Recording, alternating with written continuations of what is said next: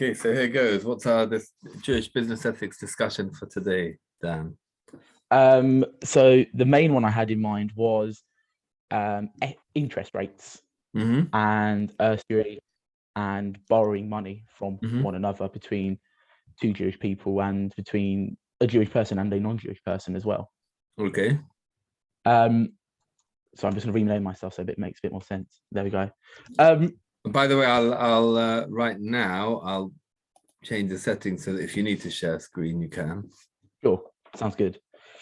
So yeah, obviously I was having every week or so, every Monday morning actually, I have do a little bit of learning with one of the rabbis here in Birmingham, and we were doing some learning on interest rates recently, Mm-hmm. and we were discussing the moral and the philosophical argument for not charging interest from one Jew to another. Mm-hmm. But it posed me with many questions as an economist. It posed me with many questions that I couldn't seemingly find a satisfactory answer for. Mm-hmm. I guess that left me, puzzled as to why it may be the case, and then puzzled as to what is done to account for these issues. So I was doing some thinking on it, and I think the three issues arose to me. Mm-hmm. The first one, with obviously, when saying you can't charge interest between one Jew and another, the first issue that arose to me was from an economic point of view, it is, whilst the person loaning out the money doesn't charge interest, the longer they loan this amount of money for, the less that money is worth when they get it back because of inflation, right? Mm-hmm. If you loan out £100,000 for a year, after 2 years, that amount of money you'd maybe need £104,000 for to have an equivalent basket of goods, shall we say. Mm-hmm. So the fact is that by not charging interest, it doesn't make economical sense. And also it does mean that one party is incurring a loss in real terms. So I guess my first thought here is, are you therefore allowed to charge interest at the rate of inflation? Therefore, nobody is making a loss in real terms. You can still buy, everybody can still buy the same things at the start and at the end of the loan, Mm-hmm. without losing or gaining any money on that. I guess my second issue was the fact that to offer what are essentially preferential interest rates to Jewish people, and to therefore offer unpreferential rates to non-Jewish people, that is technically discriminatory in the UK. We've seen it with Lloyd's TSB a few years ago when they tried to do a similar thing for the Muslim community, and again with the government when they tried to Did they? Yep. They tried to offer them preferential rates. So in Islam, you're not allowed to be charged interest of any type, no matter who the person loaning money is. Mm-hmm. So Lloyd's TSB began offering, I believe it was a current account, whereby they wouldn't charge you any interest on your overdraft, or like a credit card with no interest on your overdraft. Mm-hmm. Now the problem, it was great and it was targeted towards the Muslim community. However, because of discriminatory laws, because of the discrimination laws in the UK, they were not allowed to prevent non-Muslims from opening this account. Right, I was wondering who had the issue with it. It was that way around. When non-Muslims found out about it, they said, "Well, we like it too, and you're discriminatory if you don't allow us to take it." Exactly. It was also a similar case with the government when some Muslim students asked the government to offer student loans to go to university without charging interest on it. Whilst the government agreed in principle, the reality of the situation is that it wasn't financially feasible, because there was no way of saying you have to be Muslim to open this account, because at the end of the day, it is a preferential interest rate.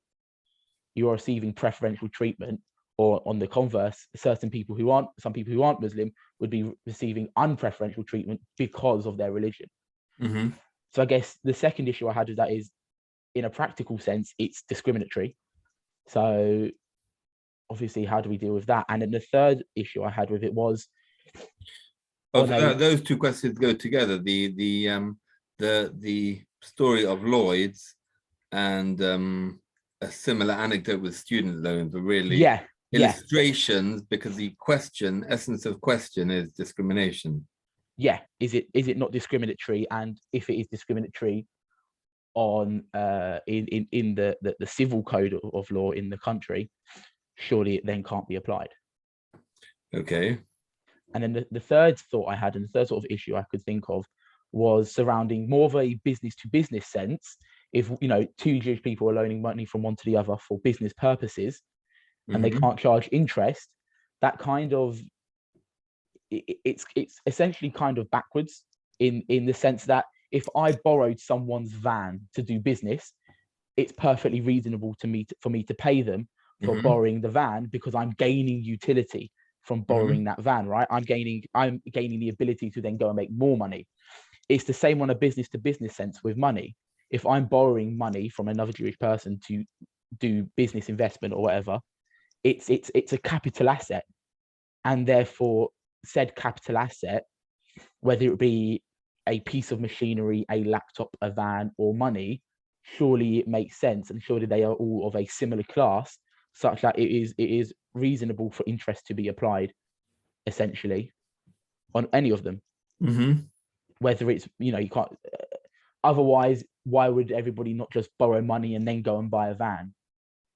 If that makes sense, why would people buy a van in the first place to then let much cheaper to borrow the money and then and then buy the van, rather than take the van on a sort of higher purchase arrangement, some arrangement where it's going to cost them more over time.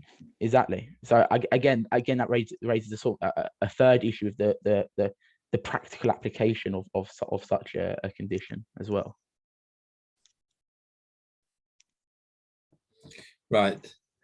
Okay. Can you give me a moment? I just want to have a look. I just want to see if I can give you an analysis which will answer these questions all together. Otherwise, we'll just deal with them one by one. I'm going to pause the recording and give myself a moment to think. Thank you.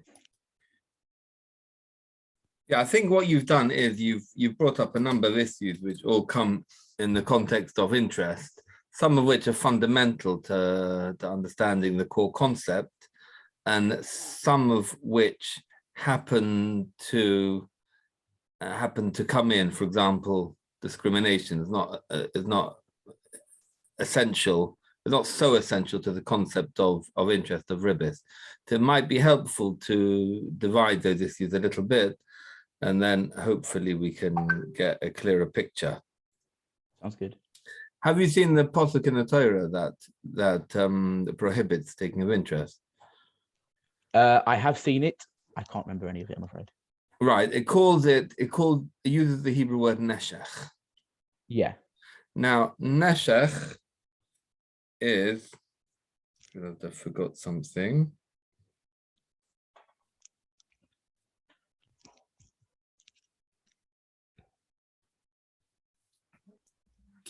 Neshech is related to the Hebrew word linshoch or neshicha, which means biting.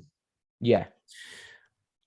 What happens is, and I suppose to understand this best, let's talk about interest in a domestic, if you like, a domestic and private setting, because they're actually fundamentally different, and therefore have to, from an ethical point of view, if one's analyzing the ethics of usury, of charging interest and so on, one perhaps has to fundamentally distinguish between private borrowing and business borrowing, and that underlines some of your issues, because typically, when do private individuals borrow in a non-business context? When they're short of funds. Yeah.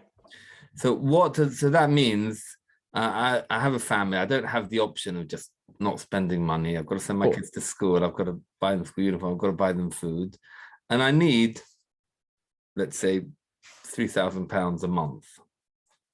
My problem is my income is only £2,500. So I borrow. Yeah. You can see straight away it's a dangerous game, because I'm going to go borrow.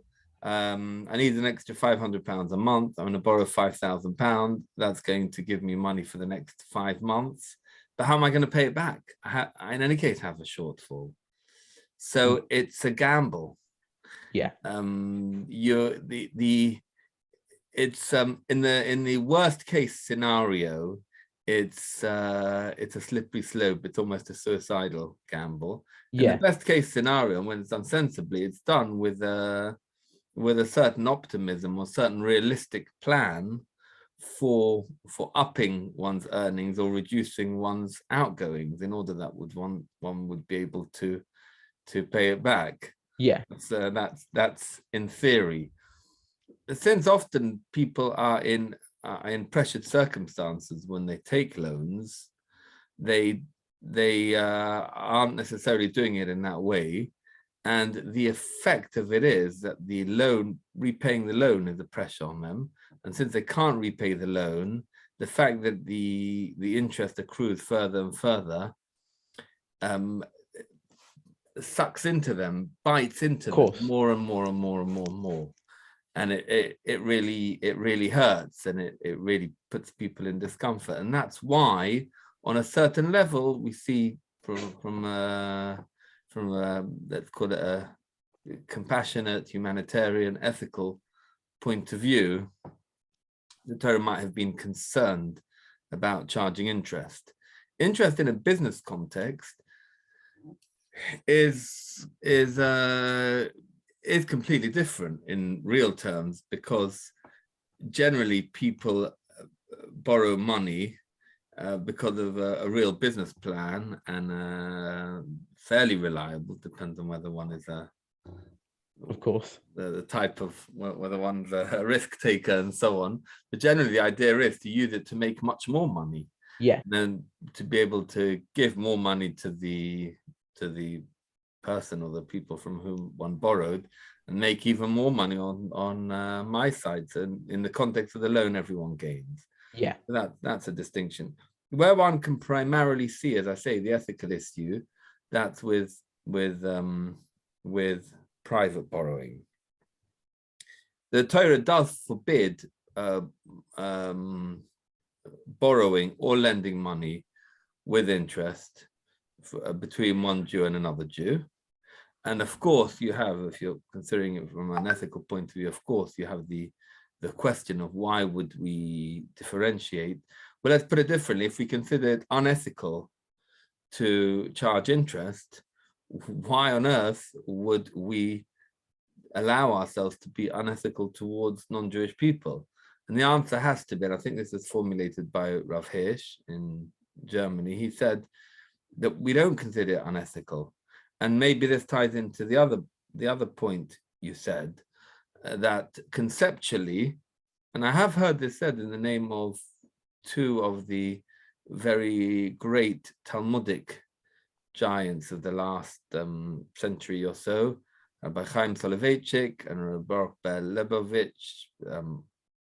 One was the Rabbi of Brisk, although much more famous for his books on yeshivish, on the yeshiva and Talmudic logic. Reb Chaim Halevi, very, very famous. And Reb Baruch Ber was the Rosh Yeshiva in Kamenetz, in Poland, small town somewhere, I believe in Poland. And one of them said, well, when you lend money, it's like, as you said, it's like hiring. And the other one said, you're renting out your money. And the other one said, was like selling your money. What should be the problem with that? And that's what you were saying, that conceptually, why on earth shouldn't you do that? Now, I'm not 100% sure about this, because I do see a distinction, because if you rent my car, you take my car, we don't have a concept of, when you lend money, let's put it the other way around, we lend money, we have a concept of mil v'lo hitzah mitna, which means I'll lend you the money and you spend the money immediately, whenever you want. There's no concept of you giving me back the same coins that you took from me. So whereas if you borrow my car and hold on to my car and use my car for the next couple of months and pay me for that usage every week, you're using that same physical car and you're paying for that usage. That doesn't apply with money. You take the money and you use it. But then that goes against the fundamental functions of money. money is, in an economic sense, money has a few different functions, one of which is a store of value, right? It is worth a given amount, a legal tendered amount that is worth the same no matter who it's to. So in that sense, whilst it's not necessarily a like for like term, I'm not giving you the exact, I may not be giving the exact same coin back. In reality, you are still getting the equivalent item back. It's like if you borrowed, I don't know, a perishable item and then returned the item, but you brought a new one because it had perished in the meantime. Well, it's still of an equivalence. It's still the same thing. But you wouldn't normally, but if you borrowed something in the sense that in the sense of borrowing, people do use those terms. People will borrow food for someone. Says if your next door neighbor needs to make kiddush on Friday night and suddenly realize he doesn't have any wine or grape juice, you might come to your house and ask to borrow, and he has a house full of guests and they're going to finish the bottle. So what he really wants to do is he wants to take it and replace it. He wouldn't normally expect to pay an additional payment the longer it takes him to repay you for that bottle, because he consumes that bottle immediately. If we're prepared to define money in much more of an abstract sense, by giving you money, I'm handing you over value. And if you then buy something with that value, you've gained that value, and somehow you retain that value and you continue paying for the ongoing having of that value. I'm not sure if philosophically, conceptually, it really adds up. It may do it, may not. I prefer to leave that question open. I'm not sure I can answer it definitively. Like I say, these two scholars of Chaim and Baruch Ber did, as I heard them quoted, I've not seen this in the written analysis that they wrote, I just heard it quoted many years ago. They seem to be arguing that it should fit into one of the standard models. It's a sale or it's a rental. But yet the Torah tells us, as you know, there's what we call a concept of Gzeras HaKosov, a decree from on high. To a certain level, we can understand it. And especially when it comes to discussing Parah Aduma, why do you burn the ashes of the red cow or the red heifer to purify yourself? We're told that's a quintessential chok, that's a statute from the Almighty, and it's supposed to be coming from a transcendent dimension, something well above our world, and we can't understand. And on the contrary, that's part of the nature of the system, that we're connecting to something much higher than ourselves. So in principle, that can be with any of the laws of the Torah, but there is a generally understood notion that the laws of the Torah, as they were given in terms of interpersonal and particularly monetary conduct between, maybe not particularly, but including monetary conduct between man and man, was supposed to be different, supposed to be something we ought to be able to latch on to and relate to.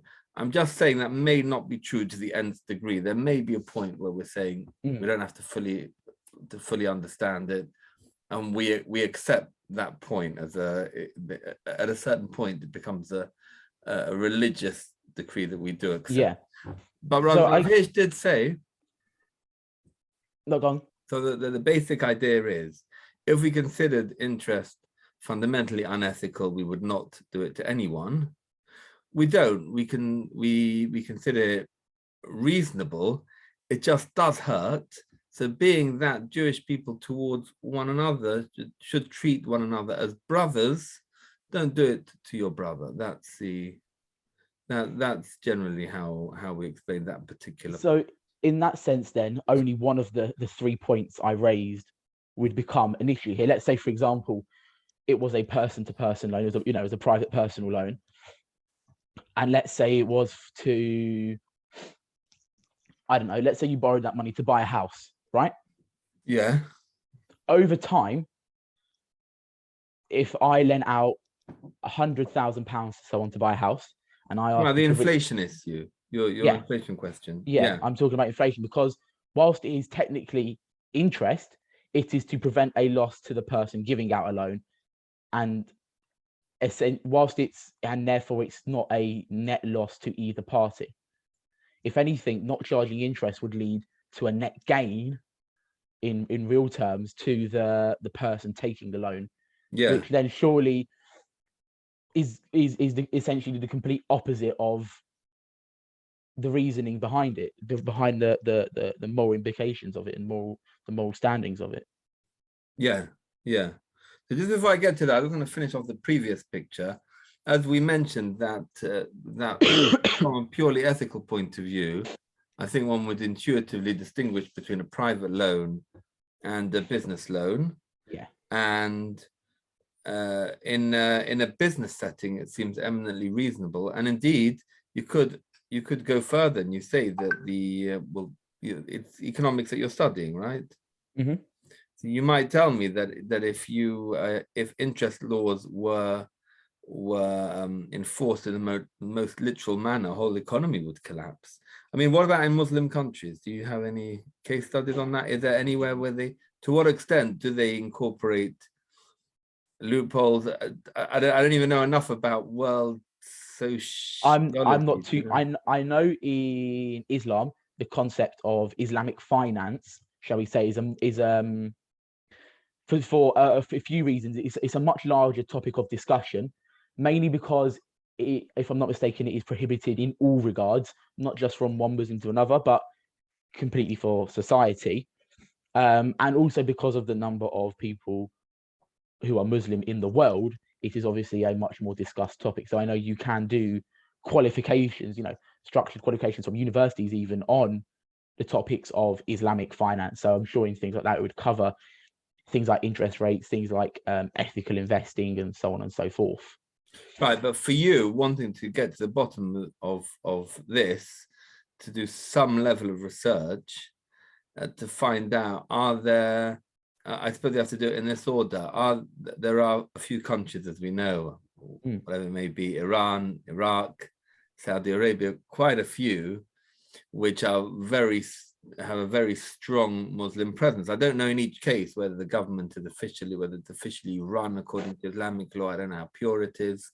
I'm very far from being an expert in Islam, but if it is, the question is, how does the economy work? How do people buy houses? Do people buy houses without mortgages?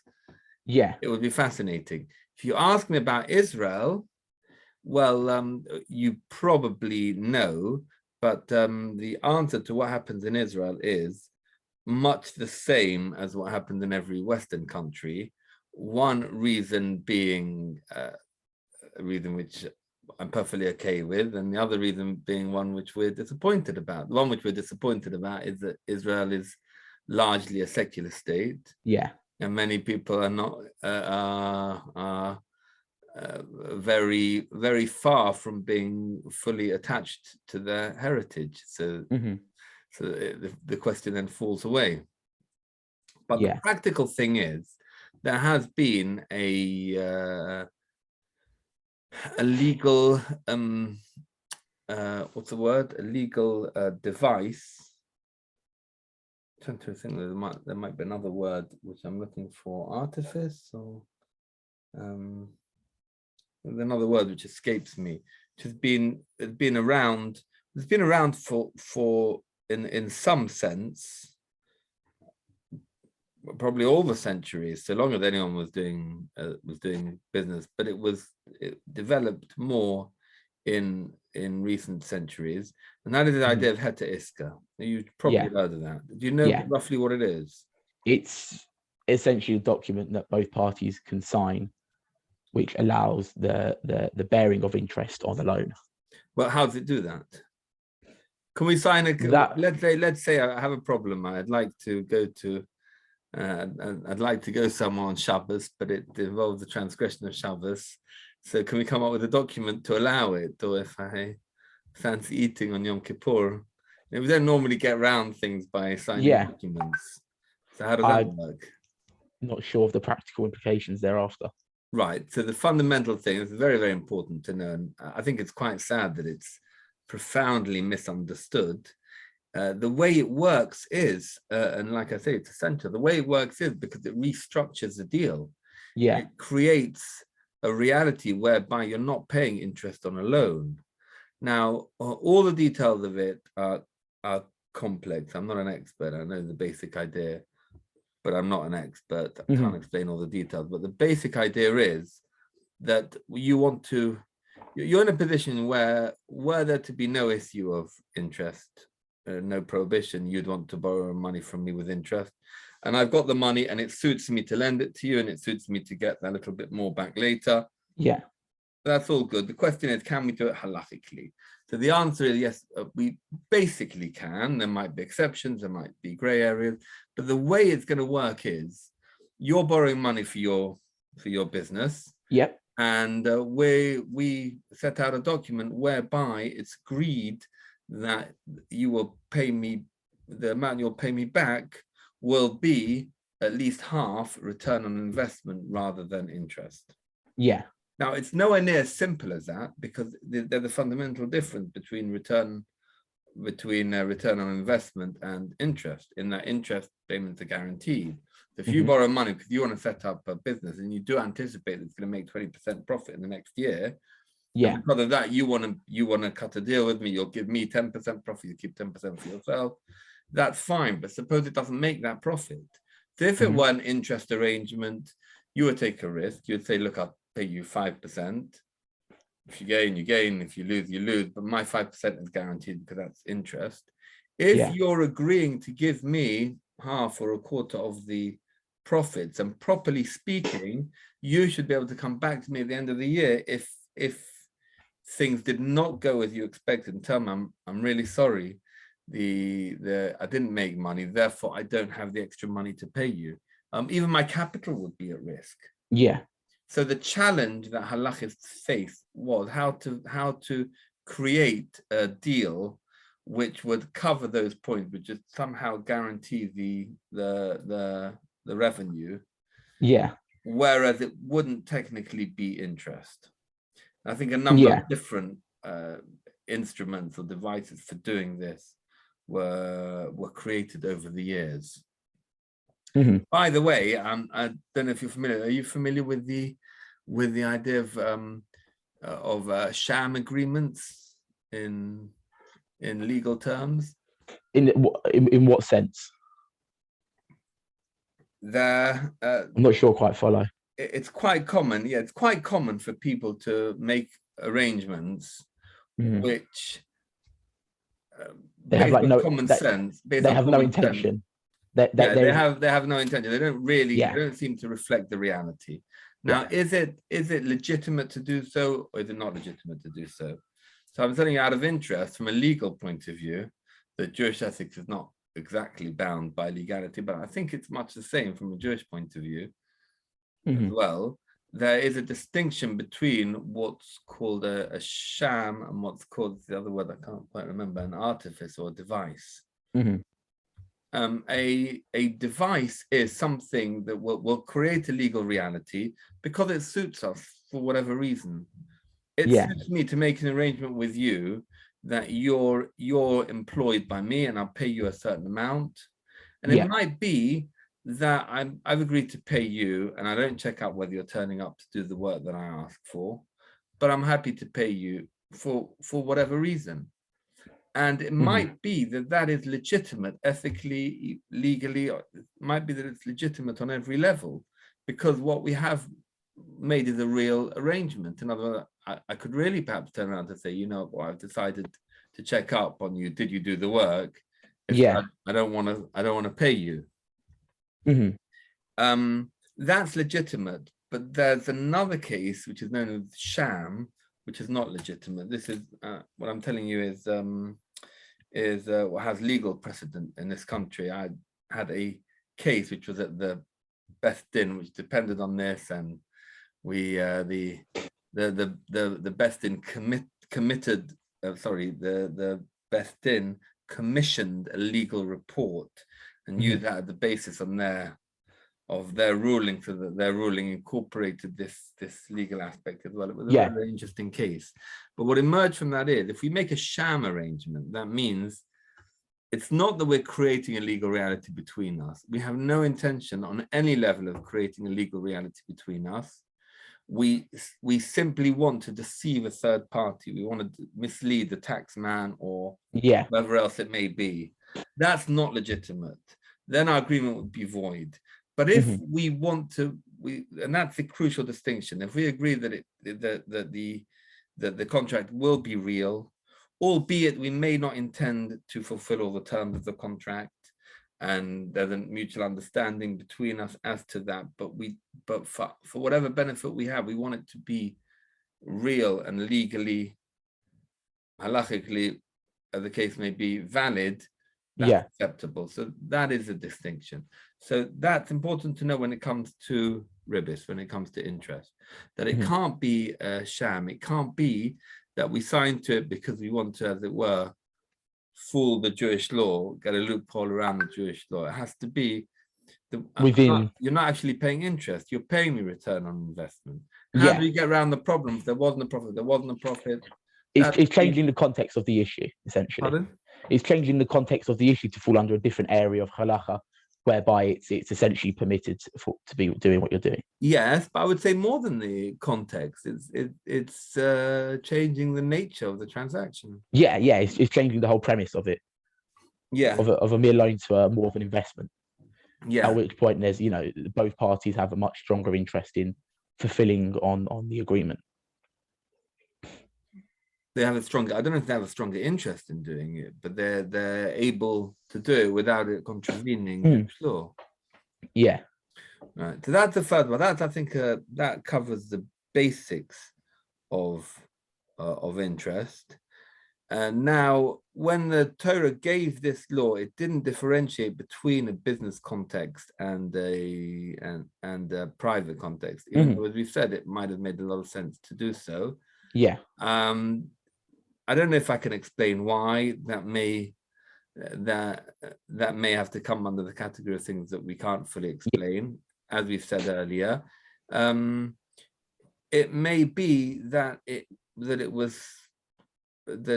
have been understood to have been straightforward, that in the business context, people will do it as wholly or partially, an investment basis, so it will automatically slip away from the category of interest in the first place. I'm not sure, but that's the reality. Certainly, halachically, one should be aware that that there's no a clear distinction which allows interest-bearing loans, even in a B2B context.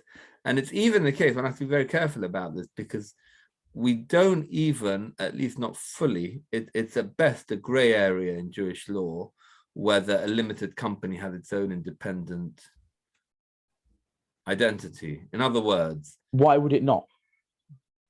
Well, it's interesting you say that, but why would it? Yes, because if it doesn't have its own identity, and it's therefore takes on the identity of whoever owns it, you therefore have the issue of, well, if according to halacha, it isn't a limited liability company. The whole premise of a limited liability is one that the directors, the owners, the shareholders are not personally responsible.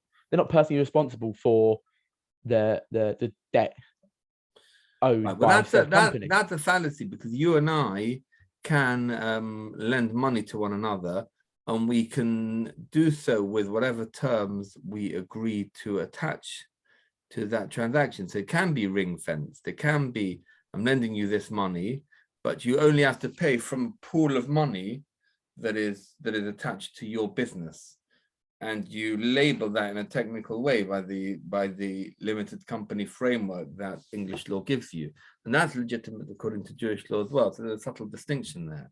But whether that means that when you're the only human being, this company solely exists and solely is controlled by you, whether we are prepared to give that a completely independent existence, which is the legal fiction that the law recognizes, that is much more dubious.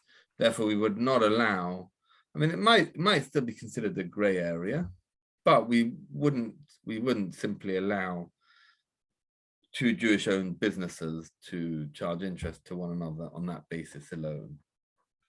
It makes sense though for a business to be considered an individual entity. In that, let's say for example, you take a business to court, you're not taking the owners to court, so to speak, you're taking the business itself. You may then decide to take the owners to court, but in the immediate case, if you're taking the business, you are taking the business as whole, essentially. Well, so therefore, if surely in that regard, then therefore it is perfectly acceptable for it to be an individual entity, just like an individual, a private person owes tax to the government. A business as an entity, as an individual entity, can also owe tax to the government. An individual business can take out a loan. So surely by that regard, if it can take out all these financial instruments, essentially, surely in that regard, it's perfectly reasonable for it to be an individual entity in its own right. Well, like I said, I think the way it works is the halfway house, that for things that you can apply the principle that people can agree to craft financial transactions in any way they want. So you can ring fence in any way you like. Mm-hmm. So anything that works through that concept, the limited company's identity would then effectively be there, albeit through a slightly different mechanism. Yeah. But as regards using it as a vehicle through which I could, there's three classic cases: trade on Shabbos, own chometz on Pesach, or charge interest to another Jew or a Jewish-owned company. For that, it probably doesn't work.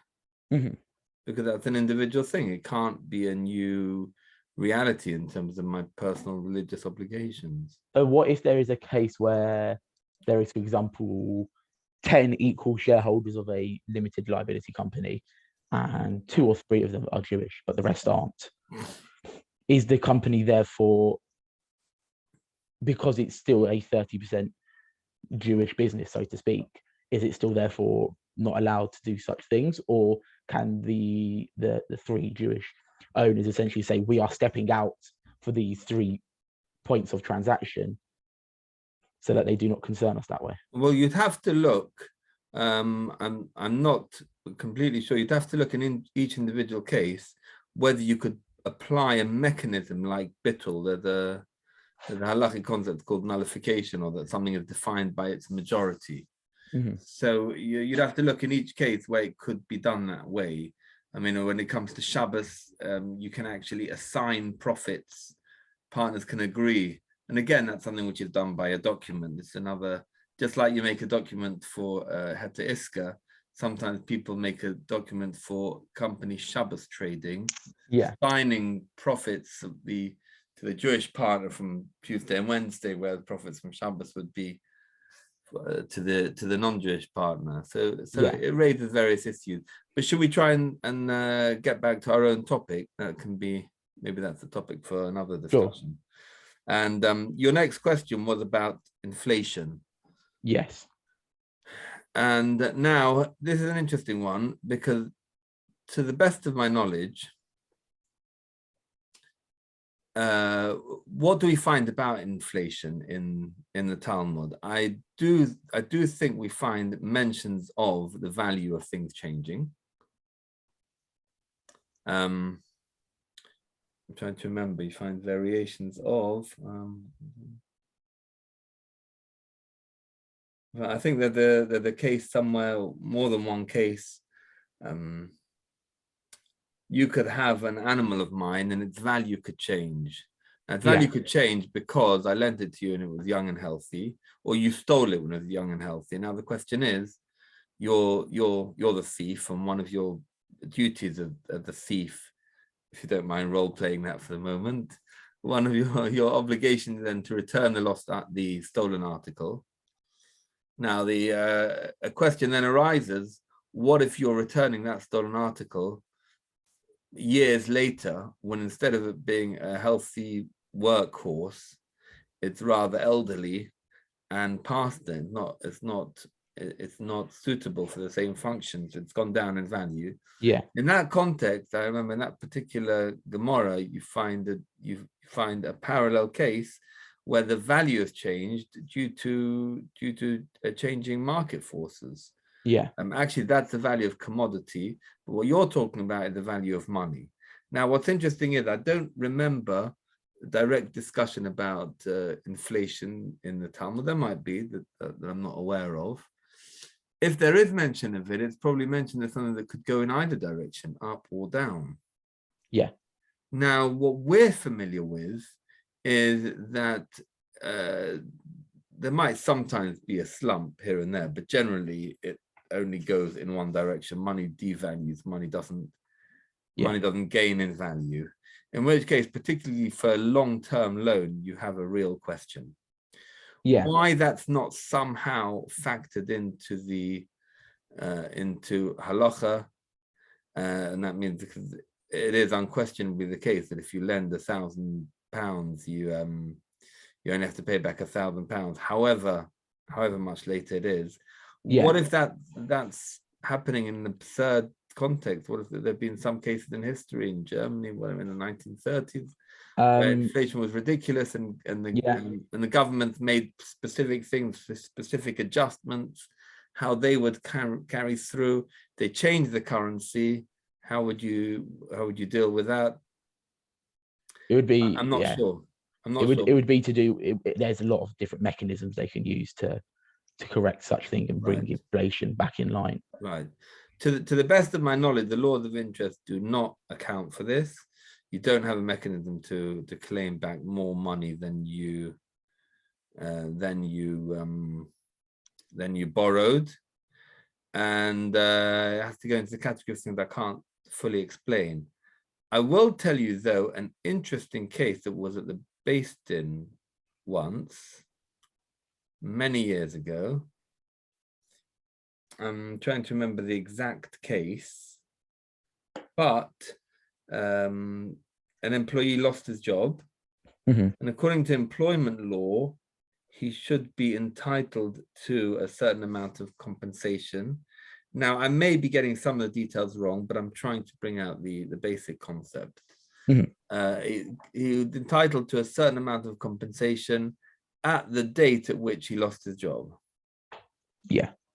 Now, then employment law, you mentioned earlier, sometimes in some things, Jewish law follows the law of the land or the general practice of trade. So in this case, the compensation that he would have been entitled to, according to general practice and according to law, he was also entitled to in halacha, right? The only thing was, by the time it was dealt with, as you know, things take time. By the time it was dealt with, a lot of time had gone by, and there happened to be a provision in employment law that he was entitled to interest. So the amount that he was entitled to should be adjusted by so and so much per year.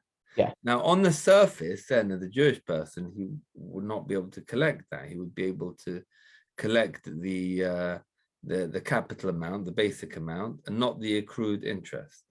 Yeah. However, it was argued, and I think this argument was accepted, that the concept of interest in that case was not interest on a loan. It wasn't, they owe him money, they've held on to his money for the time being, they pay him for holding on to the money. That's not the way it worked. The way it worked is that the employee, by dint of losing his job, should have an amount of compensation which puts him on his feet, which gives him something to rely on at a certain level. And with the passage of time, it's assumed that had he received the money earlier, he would have been able to use it to trade, to invest, and so on, to make more money. So that if he's only being paid for the first time 5 years down the line, and we want to adjust that by, let's say, 8% per year, that's not because it's deemed that he should have received the money. The money's a loan, and he's claiming interest on that loan. It's simply to put him in a position that he would be at the time he's paid the money for the first time. Yeah. Sometimes things appear to be interest, and what I'm learning from that, things appear to be interest, and the word interest may even be used in secular law, but it could be halachically, it might be defined as different. It's quite an exceptional case. It was quite an unusual case, but it does have a precedent, and the Basin gave that ruling because it had the precedent in the Shulchan Aruch. Yeah, because if in the UK, the target in the UK from the government is to average around about 2% inflation per year. Yeah. Now, after 5 years, that's almost 11%, and 11% change. If compounded. Once compounded, it's almost 11%. It's, I think, 10.08%, something like that. Call it 11. That means if I've lent out £100,000 to someone, if I've got a 5-year repayment schedule on it, if I'm not allowed to charge interest, I'm only getting £100,000 back.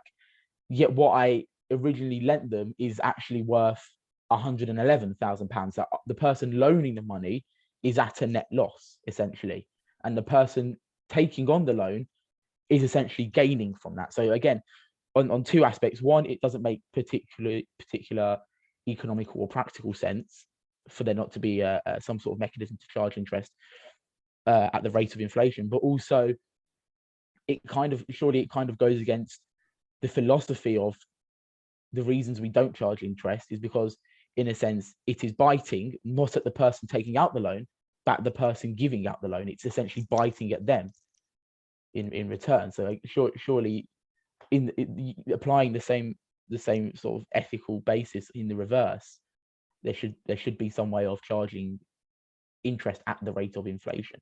Yeah. So I don't know, one of the following two approaches either fits into the category of thing that it's not accounted for in the Jewish law for whatever reason. The Torah didn't incorporate it and the sages didn't incorporate it.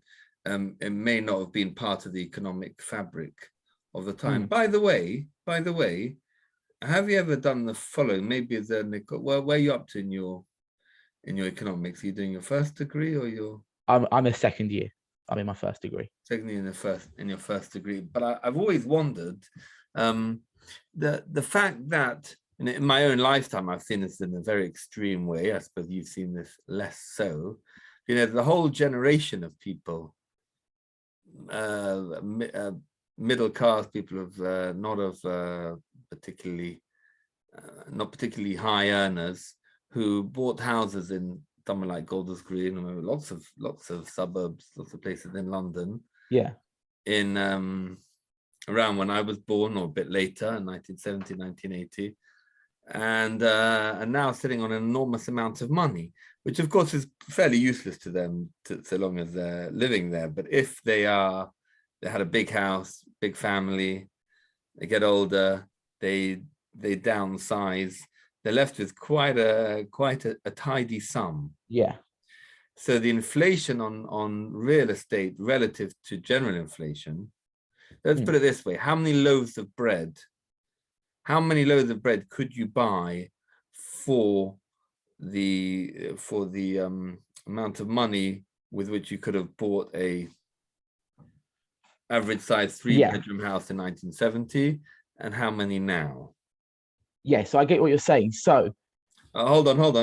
The discrepancy is enormous. I don't know whether you know the actual figures, but what's puzzling me is that if we can see that pattern going from any graph, you can plot and then you can extrapolate backwards. Yeah.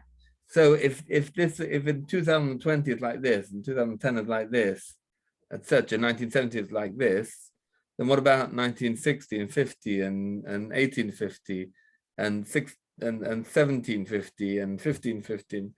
If you extrapolate backwards, where did it go? It doesn't seem to make sense. Where would you have ended up? That a house cost the same as a loaf of bread in 3,000 years ago? I don't know if you know the answer to that. I mean, so here's the thing. So in the UK, so there are a number of different ways of measuring inflation. Inflation as a general concept is merely the increase in the price of goods and services. Now, there is no exact way of finding out the exact increase, right? We have to take an approximation based on statistical analysis of samples from here, there, and everywhere. Now, the three general measurements, and the two that are most commonly used, are what's called the CPI, the Consumer Price Index, and the RPI, the Retail Price Index. The big distinction between the CPI and the RPI is that the Retail Price Index takes into account the cost of mortgages, which therefore takes into account the change in house prices. Oh. Whereas the Consumer Price Index does not take into account mortgages and merely looks at goods and services consumed by an average household. Mm-hmm. We typically use the CPI in the UK, as do many countries. It's what we typically use to uprate pensions. It's what we often use to uprate benefits, and it's what we use as a general measure of inflation in the UK. So it doesn't therefore take account the cost of property, because property can have a great variation. On average, on average in the UK, CPI is around about 2%, or that's what they target, but RPI can be much nearer to 4 or 5% a year. Mm-hmm. So obviously there's the big difference between the two, and then obviously compounding that takes into account the changes in the value of property. So if you're looking at it from a CPI basis, it merely looks at the things that an average household will consume on a day-to-day basis, whether that be fuel, whether that be, I know they include cigarettes, they include alcohol in there, they include your basic groceries in there, they include basic clothes, they include some shoes, they include certain electronic goods. So CPI doesn't look at residential property essentially, or commercial property either, because of that.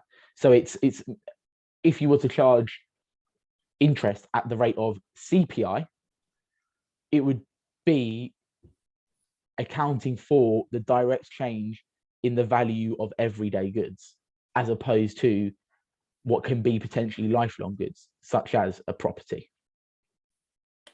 Yeah, I think you're making me realize I was possibly making an error in my question. I was just highlighting amazing disjoint that we've seen between the price of real estate. Oh, of course, it's absolutely phenomenal, that the change in prices. And the question is, what happened historically? Well, historically, it can't be continuing a trajectory that it was doing historically, no, of course, indefinitely. So something else must have been the case. A lot of that will go back to the history of money, and then the history of what is essentially securitization and commodification of property, essentially.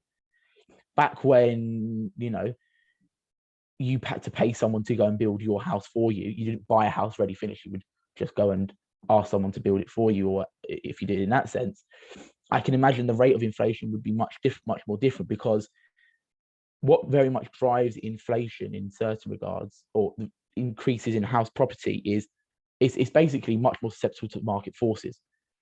So it's much more susceptible to population change. If you go back 100 years, the population was much less. Therefore, the demand for space around metropolitan cities was less. So therefore, people would be paying less because the demand was lower. That's sort of the general basics of market forces.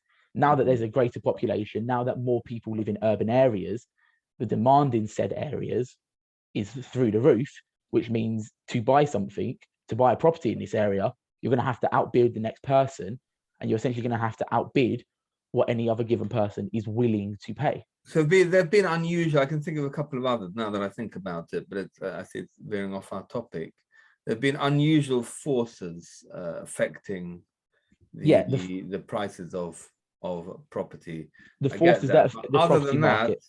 Other than that, inflation could have been constant and ongoing indefinitely, because even if you get to a point where projecting backwards, you could have bought something of the value of a computer. You could have bought a horse and cart for a penny, that's not an issue, because there could have been another currency where a penny is what £100 is today. Exactly. It's And there all would be about something with relative. another name, and they just upgrade the currency as they go along. Yeah, if you That look at does work property prices, indefinitely.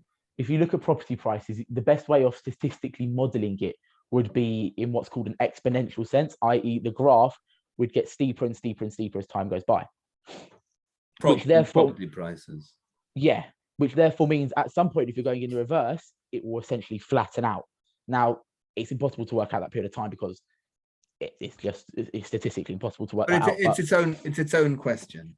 Yeah, When in terms of approximating it, we can approximate it in a logarithmic manner, which would therefore allow us to theoretically find a start point. Right.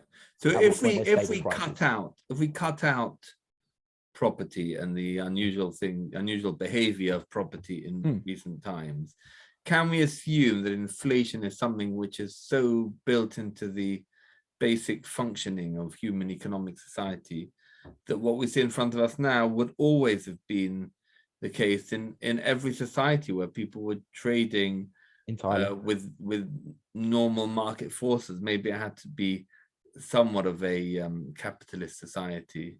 Maybe things would be different in an extreme left-wing society, but other than that, there's a famous economist called Adam Smith who was one of the first to come up with the idea of market forces, and he said that market forces operate with essentially an invisible hand, in that this invisible hand is what directed the price changes in the market forces to create such movements in price, demand, and supply.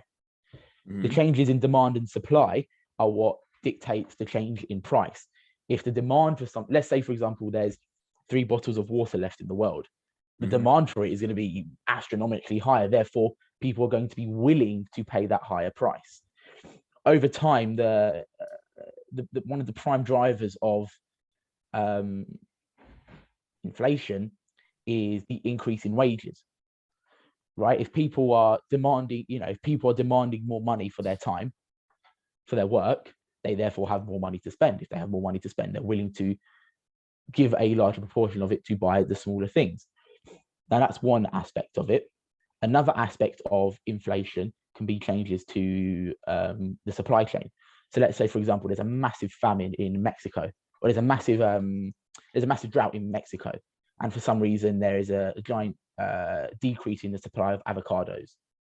Therefore, the price of an avocado is going to go through the roof, because although demand may have not changed, the supply has changed. So essentially, the ratio between buyers and sellers has completely shifted, at which point people are forced to therefore pay a higher amount. Right. But can you imagine a more basic society existing in which inflation did not behave as it does today? No. Inflation is fundamental to all societies, because inflation isn't exclusive to just money, to monetary states, if that makes sense. So the existence of currency obviously came far beyond the start of trade between one another. It would originally be bartering, you give me this, I'll give you that. At which point, again, that can take account of inflation, because inflation is merely the relative change in value. Yeah. Now, if I value it in terms of money, or if I value it in terms of loaves of bread, 1 year a sheep may be worth 4 sacks of wheat, but for some reason there's been a poor breeding season for the sheep, and there's not many young sheep. So therefore, you would have to go and pay 5 sacks of wheat to go and get that sheep that you want. Yeah. So inflation is something that can be accounted for, not necessarily accounted for, but it is something that has existed, and it isn't unreasonable to assume has existed as far back as humans have traded. Obviously, the rate of inflation, again, we can model inflation similarly to house prices. Maybe it would have been negligible at certain times in history. Exactly. It would have been very, very negligible for a long period of time, and only in modern history do we account for its seemingly increased growth. As you say, the consumer's price index, well, you said generally it's seen as being most informative, most relevant, most appropriate to measure it either in terms of CPI or RPI, right? Yes. Now, our RPI factors in property prices in a certain way, Yes. not in terms of the real rise in property prices you're explaining, but in terms of the way they affect the average person's additional expenditure in terms of his budget. So I'm understanding that you're saying that, for example, if interest rates were suddenly to rise, then the government banks, mortgage societies, etc., would not be able to instantly pass on that price to the buyer because the market wouldn't support that. People just wouldn't be able to do it. Yeah. So there'd have to be other cushioning factors. They'd have to offer. They'd have to be more realistic about the profit they expected to make. The government might have to lower interest rates. They might have to offer special deals. People would start renting more. Yeah. All sorts of things would happen which would tone that down. And therefore you end up with a lower figure, and you end up with something like your 4 to 5%. Now you said CPI does not take into account that at all. However, isn't the fact, if we're acknowledging that that somehow in modern times something exceptional has happened with real estate, and I wonder if it also has to do with the fact that there's no way we're now going to tolerate living on the ground in a tent. It's no use for us to have a comfortable patch of grass lie on and neatly arranged bag of hay to sleep on. We just can't handle that. We need we need where we live to be a combination of hundreds of years of technology or industry. We're extremely spoiled. We need something to be a whole world in of itself in a very extreme way. Now, people, whatever's driving, people who are putting up prices for every commodity which affects the CPI do want to afford to be able to buy houses and so on. So do you think it's true to say that ultimately in the CPI, which is not formally linked at all to real estate, is nevertheless affected by it? Not particularly, no, because in the world we live in, it's so highly globalized in the sense that everyone everywhere is interconnected in terms of trade. What now, as of the last, been developing over the last 20 years? Even going back further, for example, essentially from the rise of empires, essentially you can begin to account for globalization, and it's only increased over time. Back when there was the British Empire, the British Raj in India would export certain things, lots of tea, back to Britain. Right, it took time, and you couldn't transfer funds. Of course, but essentially it happened. Essentially, the theorization is that whilst the physical distance between any two places on the earth hasn't changed, the realistic distance between them has changed in our ability to communicate, to trade, and to have an understanding of. Right, if you look at big global brands, they all have offices here, there, and everywhere. They all change. So let's say they change their local offering to be slightly more adapted to the local audience and so on and so forth. So the world has increasingly globalized. So although RPI takes into account the residential prices and CPI doesn't, CPI is, both are massively affected by things that are not to do with this country at all. We don't get our own avocado. We don't grow avocados here on a commercial basis. No, but what about before there was significant international trade? If you want to trace Jewish law back to there was some. I mean, there's even in Tanakh you can find something about international trading, getting ships. So in that regard, again, if you looked at measures of inflation, it would take into account so CPI is measured on a basket of goods, on an average basket of goods, right? And they're all given a different weighting for how much of a household's budget they make up. That basket of goods can change. Mm-hmm. So if, for example, everybody stopped buying, let's say, for example, 100 years ago, nobody would buy an avocado because they were impossible to come by because we can't grow them in the UK. And they were not getting shipped over from places like Mexico. So the price of an avocado wouldn't be included in the CPI from 100 years ago. But nowadays, the price of an avocado may be included because it's something that we all commonly eat. So the CPI changes to reflect the common basket of goods that consumers buy or a household commonly buys. Right. So therefore, it can take into account. Therefore, international trade isn't. It's essentially accounted for. Therefore, residential prices don't really matter so much nowadays, and I can see what you're saying about they did historically because we didn't have that international trade. But if you look at the way the graphs were tipping at that time, the increase in residential house prices wouldn't have been so severely out of line with general increases in prices. The question is, what I'm really grappling with is there any reason to suggest that going back far enough in history, inflation wouldn't have been significant, and that would be an adequate explanation of why inflation wasn't factored into laws of usury? So inflation If doesn't not, happen. then I don't have a good explanation. Yeah, inflation doesn't happen on a year-to-year. Inflation happens on a year-to-year basis, but you don't have to measure it on a year-to-year basis.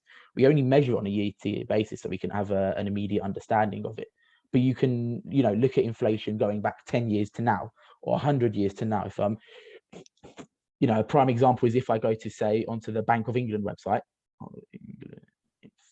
and they have a web page where you can essentially calculate the changes of inflation dating back to 1209. So if I had £1 in 1209, what would that give me? What would that actually be worth today? You can work that out on their website because they've done the maths essentially. So as an example, £10 in 1209 would be worth 21,670.79 pence in this day and age. I was thinking it would be more than that, actually. So it says here that it's averaged 1% a year. Oh, average 1% a year. But that's in the past 800 years. If we say, for example, go to much more recently, and we look in, say, the past 10 years, inflation has averaged 2.9% a year in the past 11 years. So as we can see that the inflation rate has slowly increased essentially.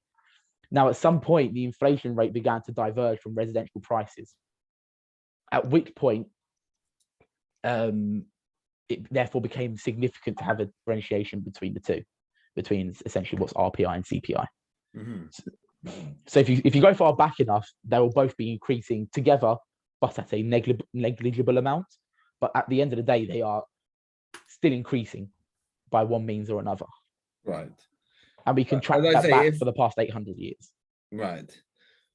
So I'm saying the best I can do in terms of answering your question about inflation is saying if you go far enough back, it would not be insignificant enough for it to be necessary to halachically reflect it. But other than that, I do validate the question. The last issue that I don't think we've addressed yet is you mentioned discrimination. Yes. Now,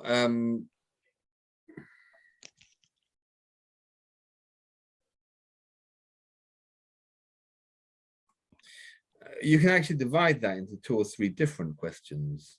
Some are a bit more practical than others. You could be asking on the ethics of it if you assume that anything discriminatory is unethical, so you might be troubled by the ethics of having something built into our system which is discriminatory.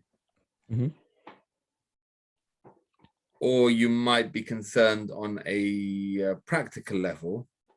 Would you be contravening the law, either if you're doing it as an individual or as an organization, a financial organization, by acting in a different way towards Jewish people, non-Jewish people? Now, as far as the principle of the matter is concerned, I have a certain question. It's always possible in law is obviously based on ethics. People promulgate laws because they believe them to be ethically appropriate. Yeah. That doesn't mean that one can't question it and discuss and it's not. It can't come to philosophical analysis. And actually, it's provable that that's the case. I don't remember if we spoke about this last time. No, I completely agree that you can question the ethics It of has to be. law It is has to be the based on. case. It's actually by definition the whole legal system. Well, not by definition of law, by definition of the fact that law changes. Law allows itself to change and be reviewed. That Yeah, means by definition that it can't be an absolute arbiter of ethics. Because if it were, then it couldn't. How could it ever change? yeah, entirely. No, I completely agree with that. Yeah. Now I happen to given that I've got the license to question, I do to a certain extent question the fundamental ethics of the concept of discrimination, because often it begins with things that are rooted in reality. But let me ask you a question. Did we discuss this on a previous occasion? I remember discussing this with someone. Let's suppose I you think run a so. business Hmm. and you need to employ someone in a certain role, Hmm. and you're very well researched, and you are absolutely certain that statistically a man will function better in this role, and statistically, than a woman will, or for that matter, it might be the other way around. A woman will function better Yeah, than a man will. You'd still, so you would say, well, it makes sense. I want to recruit only a man and not a woman. But you'd still be transgressing the law by doing so. yeah. Now, would you consider it fundamentally unethical for you to do so? Certainly, well, one certainly could question that. Would I find that unethical? Not particularly, no. I would find it unethical if there were to be two people doing the same job. Let's say there were two people doing the same job and one of them decided to leave, and in finding a replacement, a much more qualified woman was looked over for a man because of the statistical probabilities here. I would find that unethical because you can't just apply statistics to everyone. I think it's Well, then unreasonable. the gap in the logic there, because you said she's more qualified. So so the applying the statistical analysis could be fundamentally wrong. It doesn't work for this case. That's my point, in the sense that if we take it back to charging interest, if I own a bank and I'm giving out loans, mortgage loans, if I have one person comes to me who is Jewish and one person who isn't, but the person who is Jewish has a lot of debt already from credit cards and doesn't have a very high salary, if I offer them a preferential interest rate because they are Jewish, it is discriminatory because statistically speaking, they're much less likely to give it back to me than someone who isn't Jewish but has very little debt and a much higher salary. I'm not sure the like you were saying before, I'm not sure the law would object that way around. The law would object the other way around when it comes to giving the less preferential rate. Yeah, of course. To the other person. It's discriminatory to the non-Jewish person because religion is fundamentally a protected characteristic under the Equalities Act 2010. Yeah. So thereby, another interesting so that was the first point I wanted to mention. The second point is that that I don't see a second and related point is that I don't see a concept of discrimination as being there fundamentally in Jewish law. In other words, a society that ran, there's going to be a caveat to this, but a society that runs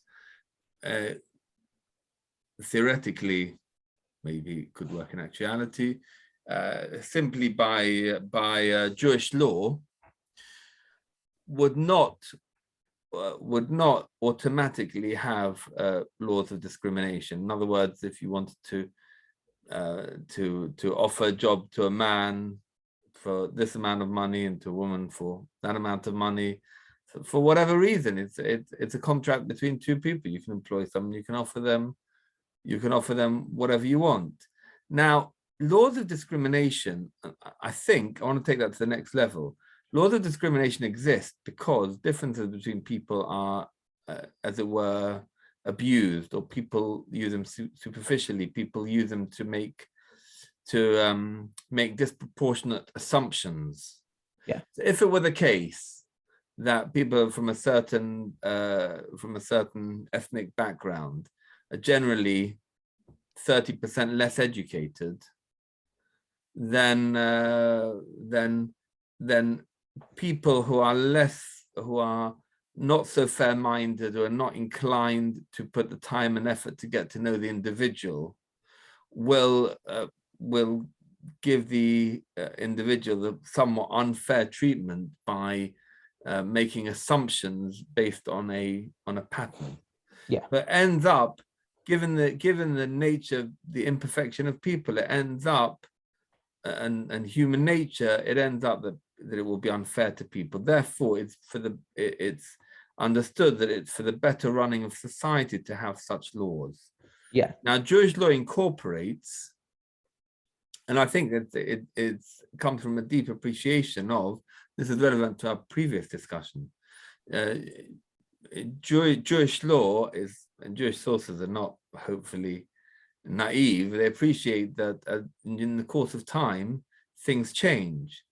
And therefore there must be a mechanism whereby bodies of authority can legislate, or at least put in force temporarily, rules which are good for the society in that place and in that time. So even in a purely halachic run society, even though halacha doesn't seem to incorporate discrimination laws, one would bring the idea to bear if it was necessary for the betterment of society. And most certainly, since the nations of the world are supposed to set up their own systems of law, if they incorporate that, then regardless of whether it's fundamentally recognized in Jewish sources, it ought to be there if it works, if it creates a better society. Yeah. Now, as to whether an individual you would be transgressing by lending money with interest, without interest, don't know, that's a different question. I mean, are laws of discrimination, in purely legal terms, the laws of discrimination fully applicable on an individual level, or only when something is formalized as a contract, professional relationships? It's on the individual level, and it's if I find it, I had it open just a sec ago. I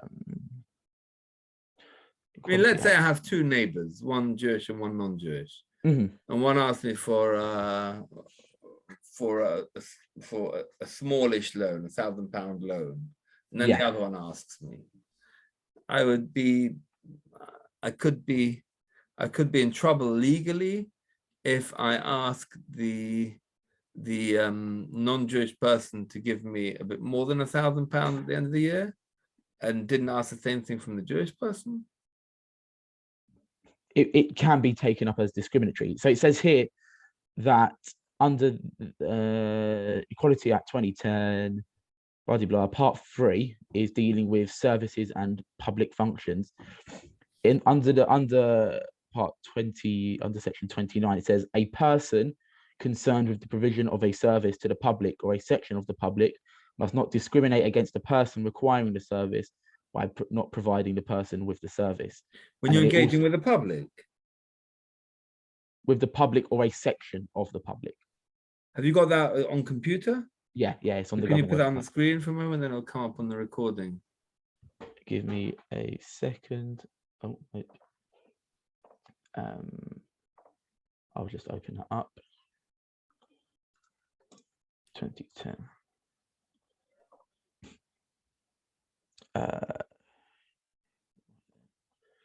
So if I go to that part.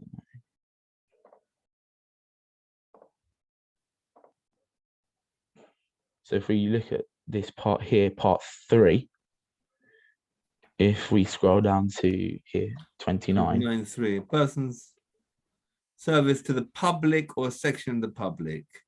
for payment or not as Yeah, well, no, you are. So it's only if you're engaging with the public.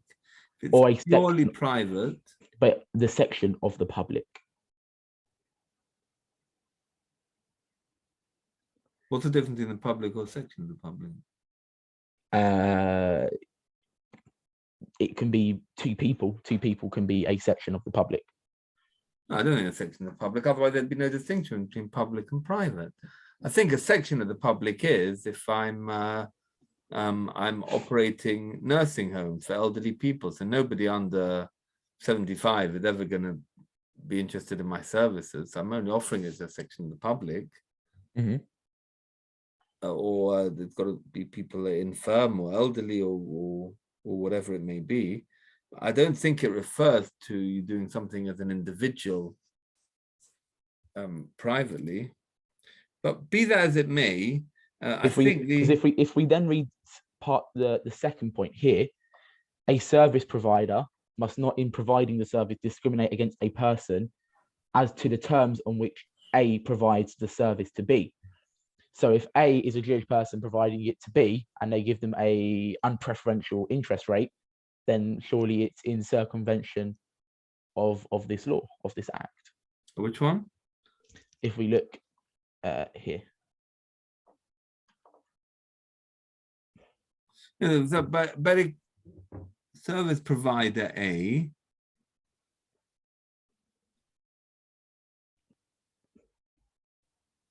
the person concerned with the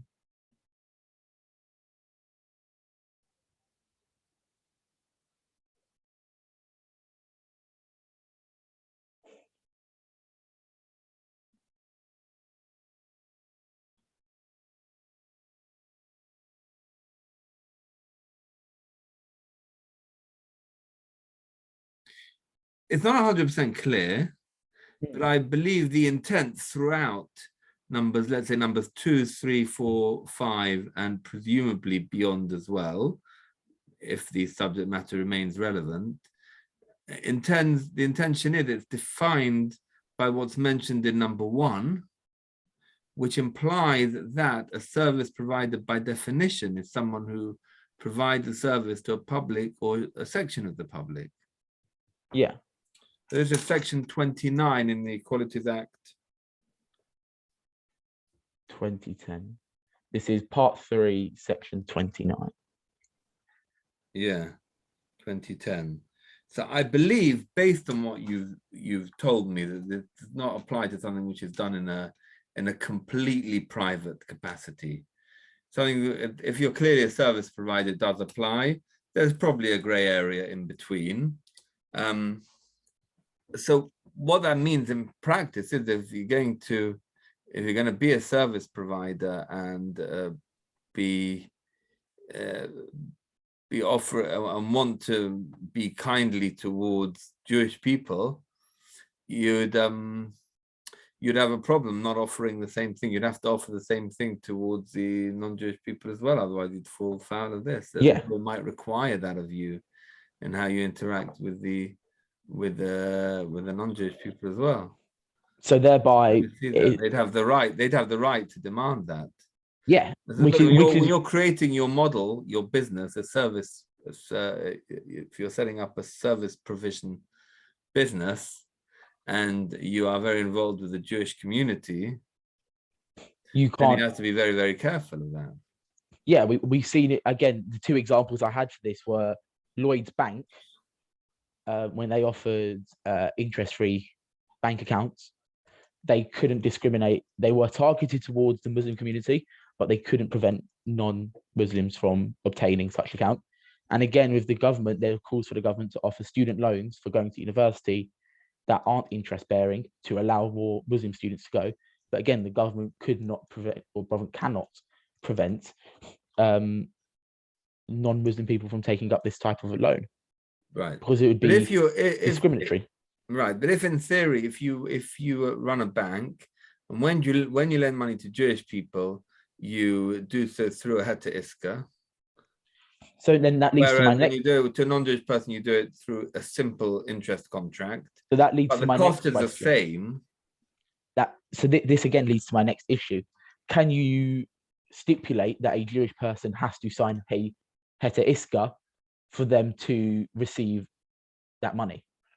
Can you legally or can you halachically? Can you halachically stipulate that for them to receive the money, they have to have signed a heter iska in the first place, which therefore allows alternative mechanisms for charging interest? Well, in principle, yes, because otherwise you're not allowed to lend them the money. You're not allowed to lend them the money on an interest basis. But as in, let's say, for example. However, there's a however, but go on, add your next question. Let's say, for example, though, you can essentially have the reverse effect on this, in that if two people come to you and the person who's Jewish refuses to sign a heter iska, therefore you do not want to give them the loan, surely there is an argument on a civil basis, on a secular basis, that you're therefore discriminating against them because they are Jewish, in that you're refusing to offer them a loan because they are Jewish. Because civil law doesn't recognize halachic law in that same way as we would say recognize it. Yeah, it might be the case. You'd have to be careful. Do you see how you can have essentially like the opposite effect in this situation, which is? I can see how you could run into a problem. Yeah, I don't see it as that dissimilar to a person. A person has to be careful when he does when he does a job, to see that it doesn't affect any of his principles. So a very simple example is, a person wants to take a job which is perfectly legal and proper, but they insist that he works on Shabbos. There is a conflict between his religious values and his exactly. At which point you can take that is discriminatory. It might be it's discriminatory, but the way for a religious person to then deal with it would be to avoid the problem. You don't want to create those conflicts. There's no easy answer on some level. At a certain point, there's no easy answer. We know that from the fact that in extreme cases, which thankfully we have not had much of in Western times. I mean, we're brushing against it here and there, and if you're aware, in different things, but largely we think of it as a thing of the past, that our host government seeks to directly undermine on Jewish law. It gives us a problem. We ultimately, at a certain point, our commitment to God does come ahead, and it has to philosophically. It's very problematic because in terms of the general running of society, the same would apply to every other religion. Society would consider that every other religion would think the same way. Yeah. And it creates an enormous issue here. It creates an enormous issue that you really, on a practical level, you really want to avoid the issue. Exactly. The issue isn't on a philosophical level. The philosophical and the ethical underpinnings of it make sense. It's the practical implications of trying to navigate the halacha in a society where we live under somewhat different rules. Yeah. Without then contravening the rules of the land to which we have to abide by. Yeah. Yeah. I think they're quite thorny. Yeah, it's a very, it goes beyond very difficult ethics, area. I think it's a very difficult area, and it becomes more sort of the practical implications of halacha more so. Yeah, in the first instance, you want to try and find the way through. Yeah, to avoid the situation to begin with. Dance between the raindrops, as it were. Yeah. Yeah. So just one more thing then, touching on what you said before about how still about the interest issue. Yeah. Obviously, you mentioned before about how halacha can change over time to reflect the society we live in. Is it therefore? I don't think I said it like that, but I do consider that true in certain ways. Yeah. I've always wanted to write a book on the subject of how halacha can and can't change, because I think it's such a fascinating topic. So by that regard, then, would it be particularly unreasonable for halacha to change on the subject of interest to therefore account for measures of inflation? Would it be such an unreasonable thing to achieve? Well, in some ways, yes, because you have to understand the mechanisms by which halacha can or can't change. For example, the basic the basic mitzvah as put forth in the Torah can't change. Mm-hmm. What can change is that layers of additional rabbinic enactments can come about.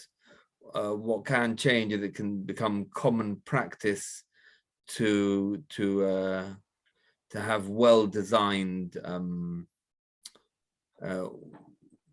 workarounds or loopholes. A number of examples immediately come to hand. Every Jewish community will have a formalized sale of chametz, and they tell you, and you have chametz in your house. It's no problem. You've got to put it in a place. You've got to mark it. You've got to not access it during Pesach. You have to understand it had been sold to a non-Jew, but ultimately you will have it in your home. A Jewish divorce, a get, is done within a formalized process, which makes it impossible or almost impossible for there to be come back afterwards. If a person would give in theory, a man can give his wife a get in a very informal way. Yeah. But then suppose later, weeks or months later, it comes to light that he was being pressured in some ways or misled in some ways to do so in ways which might invalidate the get. To avoid that, we do not allow. It's fallen into disuse, and in fact, the knowledge is, as it were, hidden from the masses. It's a specially trained area. Yeah. No one dares to administer a get, and no one would take seriously administering the get unless it was done in a formal, based-in context. People who are highly trained in this. Yeah. It goes through a process which takes a couple of hours, where people mention disclaimers, as annulment of vow, just in case he'd made a vow. Lots of things. Yeah. He gives over the a qualified scribe, the sofa. He gives over writing equipment to the husband to acquire it. He gives it back, and so on and so forth in quite a number of areas of halacha. That's another way in which halachic practice can develop. But fundamentally, the Torah's halacha cannot change, and rabbinic law also can't change unless you have a more highly qualified court deeming it appropriate. And that's a problem for us because we're now splintered and scattered, and we don't consider any of our rabbinical bodies to have the authority that they had in Talmudic times. So that creates a problem. That's a brief summary of certain key aspects. I think it would be presumptuous to say it's in any way exhaustive, but certain key aspects. So in practice, in terms of interest, I wouldn't have thought it come under the category of things that you could change, but you could deal with, and we do deal with. And to mention one more example, maybe we'll finish with this. You're talking about and I didn't mention this. I was maybe coming to this, but you run a Jewish company. A Jewish person comes to you and he doesn't want to play ball because he's not that committed.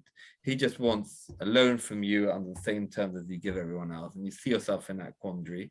And we said, in principle, if you're a Jewish person, there's a point at which you would say, I'm sorry, I just can't. And likewise, there's a Mishnah which says a wise person, he has eyes in his head, he looks ahead, or he sees what's going to be born in the future. And you have to know what you're letting yourself into beforehand. But in actual fact, practically, when a Jewish person comes to take what would otherwise be a loan from another Jewish person, they write a heter iska, and some businesses have what they call a heter iska klali, which means they've made a declaration, a general declaration that whenever they're lending money to Jewish people, they're putting in their terms and conditions that it is being done under those terms. Now, I don't know how far you can stretch that. I don't know if you can stretch that. I don't know if it really works, if that unquestionably works, if there's some degree of halachic of controversy amongst halachic authorities whether it works, because can you put terms into a contract between two people where one of the parties doesn't know about them and doesn't agree? Yeah. I don't know, but I do know that this is what some people do. So there's more to discuss. That's the topic is bigger in some ways than we can discuss in one second. Yeah, entirely. It's a very big topic of discussion.